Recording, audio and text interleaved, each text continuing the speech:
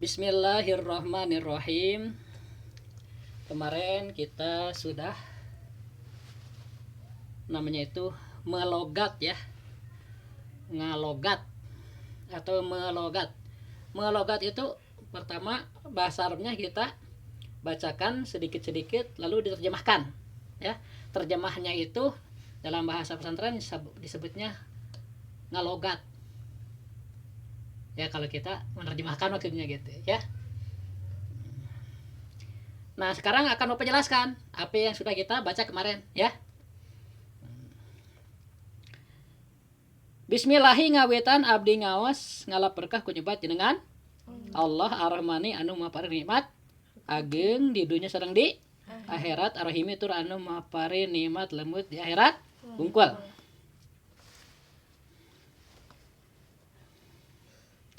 Kenapa dimulai dengan bismillah? Ya. Perlu kalian ketahui, ulama-ulama yang berilmu ketika akan membahas suatu masalah selalu memulai dengan basmalah. Baik ilmu fikih ya yang kita akan pelajari ini, ilmu tauhid, ilmu alat dan macam-macam. Ilmu-ilmu Islam selalu dimulai dengan basmalah. Kenapa? Gitu kan. Itu pertama iktidaan bil kitabil ajiz. Apa? Iktidaan pakai kop ya. Iktidaan apa? Iktidaan Bil kitabil bil kitabil aziz. aziz. Iktida itu mengikuti, mencontoh. Bil kitabil aziz terhadap Al-Qur'an. Nama Al-Quran itu banyak kitab di situ ya. Ada Al-Quranul Karim, ada Kitabul Aziz, banyak namanya banyak. Yang terkenalnya Al-Quran. Jadi setiap ulama akan membahas kitab, mereka selalu mendahulukan dengan Bismillahirrahmanirrahim dulu. Kenapa? Karena mencontoh Al-Quran. Paham Mas Ri ya? Jadi sekarang tahu kenapa di sini dimulai dengan basmalah. Kenapa? Alasannya apa? Karena mencontoh Al-Quran. Itu yang dikerjakan oleh musonib. Tahu musonib? Musonib itu penyusun kitab ini. Penulisnya. Ya. Bahasa Arabnya namanya musonib. Apa? Musonib. Kedua mengamalkan hadis. Hadis itu ucapan Rasulullah Shallallahu Alaihi Wasallam. Kata kanjeng Nabi, Kulu amrin dibalin la yubda upihi bi bismillahirrahmanirrahim bahwa akto. Setiap perkara yang memiliki tingkah yang bagus, yang tidak dimulai dengan bismillahirrahmanirrahim, maka pekerjaan itu, perkara itu kurang mendapatkan berkah. Jadi para ulama nggak mau. Ngaji itu kan bagus ya. Kemudian dimulai dengan malah karena mengamalkan hadis. Itu tentu bertambah berkahnya. Berkah itu aziyadatu fil khair. Apa? Aziyadatu bil khair. Fil khair. Aziyadatu fil khair. Tambah-tambah dalam kebajikan. Coba belajar bagus nggak? Bagus. Kemudian dengan malah diawalinya. Tambah bagus gitu. Misalnya kalian mau ke sekolah naik kendaraan. Belajar sekolah tuh bagus. Kemudian mau naik kendaraan baca basmalah dulu ya. Nah, naik kendaraan juga biar selamat. Baca doa dulu. Jadi para ulama mendahulukan dengan basmalah itu alasannya minimal 2. Pertama mengikuti Al-Quran. Mencontoh Al-Quran. Al-Quran juga dimulai dengan Bismillahirrahmanirrahim di surat Al-Fatihah. Kedua mengamalkan hadis. Kata Rasul, setiap perkara baik yang tidak dimulai dengan basmalah, pekerjaan itu kurang mendapat berkah gitu. Jadi biar tambah banyak berkahnya, tambah kebajikannya. Jadi kalian sudah tahu alasannya kenapa di sini dimulai dengan basmalah, tahu ya? Pertama apa? Mencontoh Al-Quran. Iktidaan bil kitabil aziz. Kedua apa? Mengamalkan hadis ya.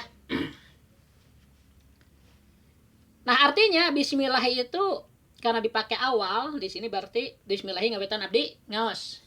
Saya memulai belajar mengharap berkah dengan menyebut nama Allah. Jadi kalau disebut nama Allah, kita dapat berkah. Bismillah itu artinya kita menyebut nama Allah. Allah itu memiliki sifat, banyak sifat Allah itu. Di sini disebut dua nih, Ar-Rahman dan Ar-Rahim. Ya, sifat pertama ini Ar-Rahmani, itu artinya Allah yang memberi nikmat yang besar, baik di dunia maupun di akhirat. Kalian bisa lihat, enak nggak kalau lihat yang bagus-bagus? Enak. Kalau mendengar yang enak-enak, enak nggak? Makan yang enak-enak, enak nggak? Nah itu teh nikmat. Hakikatnya itu dari Allah. Kalau misalnya kalian ada yang ngasih uang, mie nih 500.000 buat jajan, seneng nggak? Seneng. Sama orangnya seneng nggak yang ngasihnya?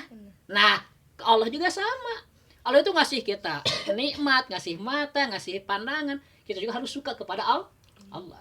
Harus suka kepada Allah. Ke manusia aja kita bisa suka kalau bager ke orangnya. Hari ke Allah numpang bagerna. Nah itu jangan sampai lupa ya. Kita tuh misalnya, aduh ingat nih kita bisa melihat, alhamdulillah sehat, orang lain ada yang nggak bisa melihat kan? Tuh kurang nikmatnya itu. Kita alhamdulillah sehat, disyukuri, alhamdulillah ya Allah, terima kasih sudah memberikan penglihatan, memberikan mata dengan penglihatannya, memberikan telinga dengan pendengarannya, memberikan lidah dengan perasaannya kan, bisa mengecap gitu ya. Kemudian juga tangan, kulit ya, itu bisa meraba yang kasar maupun yang halus. Jadi kita itu sempurnalah untuk tingkat makhluk mah. Kita harus bersyukur. Nah, mengingat nikmat itu bersyukur Mi. Maksudnya homi ya lagi di sekolah dipikir-pikir, kita tuh betah di sekolah teh, teman-teman baik, guru baik, itu tuh nikmat. Yakin, oh itu tuh dari Allah. Nah, itu sedang bersyukur. Kemudian homi ngucap, alhamdulillah ya Allah, terima kasih. Nah, ucapan itu mah sunat. Yang wajibnya dalam hati nih, yang tadi. Jadi syukur itu wajib seumur hidup sekali, sama seperti haji. Ya, bersyukur, mensyukuri segala nikmat yang diberikan, bahwa itu adalah dari Allah. Nah, ingatnya itu disebutnya syukur. Paham nggak? Cuma ingat aja, ya Allah hatur nuhun, ya segala nikmatnya geuning ti Allah. Nah, ingat itu bahwa nikmat dari Allah, hakikatnya kita sedang bersyukur. Itu wajib sekali seumur hidup. Tapi kalau lebih sering, bagus, dapat pahala terus gitu. Coba kalian belajarlah tadabur ya. Mengingat-ingat dari tangan aja banyak gunanya. Kita bersyukur dari mata, bersyukur dari hidung, nya henteu eungap narik napas, lamun eungap makan teu enak. Makanan juga kan resepnya belak segala rupa kan. Nikmat banyak nikmat. Kalau kita mau menghitung nikmat, kehitung enggak? Enggak akan. Al-Qur'an juga tahu. Wa in ta'udu nikmatallahi la tuhsuha. Seandainya engkau berusaha menghitung nikmat, enggak akan terhitung. Makanya kita tuh harus malu sama Allah teh. Salat wae hararese gitu. Ya ditanya hararese. Kenapa gitu? Allah tuh sakitu bageurna. Pernah dulu ada ulama nih, usianya tuh di zaman sebelum Nabi ya, asli ya, ulama itu panjang-panjang usianya. Dalam kitab itu jelaskan usia ulama itu sampai 500 tahun Bi. Sekarang mah pendek-pendek ya, udah 100 juga udah untung. Zaman dulu panjang-panjang. Ada ulama yang umurnya 500 tahun Mi, dia ngajar ya, punya ilmu, diamalkan, tidak pernah berbuat dosa selama 500 tahun. Hebat kan?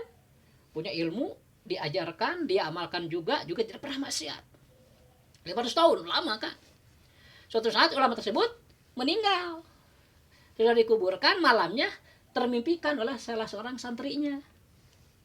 Jadi si ulama itu dimasukkan ke dalam surga. Sebelum masuk ke surga, dia bertanya dulu. Kenapa saya dimasukin ke surga gitu? Pengen tahu dia itu. Kenapa? Terus ada yang menjawab, bukan yang menjawab, dia tuh bertanya gini, kenapa saya dimasukin ke surga? Apa karena ilmu saya, karena amal saya, atau karena tidak pernah berbuat maksiat? Seolah ada yang menjawab bahwa bukan itu, katanya. Karena ilmu bukan, karena amal bukan, karena tidak pernah maksiat juga bukan. Lalu karena apa gitu? Semuanya bukan gitu. Kemudian ada yang jawab, kamu masuk ke surga karena rahmat Allah, kasih sayang Allah. Karena kalau kamu kumpulkan pahala ilmu, pahala ibadah 500 tahun, pahala tidak pernah maksiat, dikumpulkan semuanya, ditukar dengan nikmat 1 lembar bulu mata, nggak terbayar katanya. Bayangkan, coba bulu mata nggak ada berapa? Misalnya homi, wah getol belajar, getol ibadah, baik ke sesama, suka sedekah misalnya, dipakai bayar selembar bulu nggak terbayar. Paham?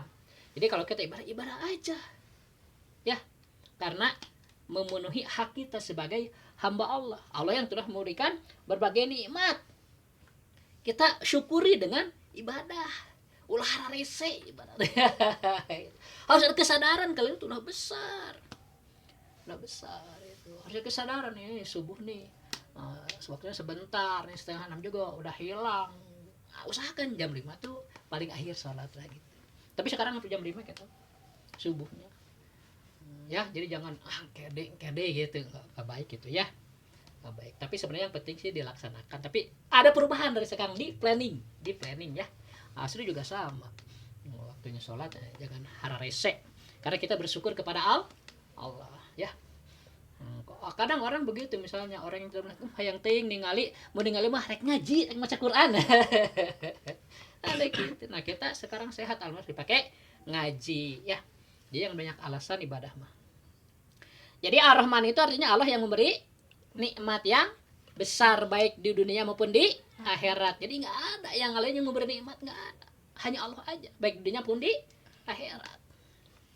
Katanya nikmat itu 100%. Yang 100% Sri di dunia ini dibagi-bagi ke semua makhluk dari Adam sampai terakhir nanti. Yang 99% itu disimpan ku Allah untuk di surga. Wow, makanya di surga itu kenikmatannya nggak bisa dibayangkan dari sekarang. Di hayal pun juga nggak bisa lebih indah surga daripada hayalan gitu. Hebat. Itu di hadis disebutkan. Surga itu tidak akan pernah bisa kamu bayangkan.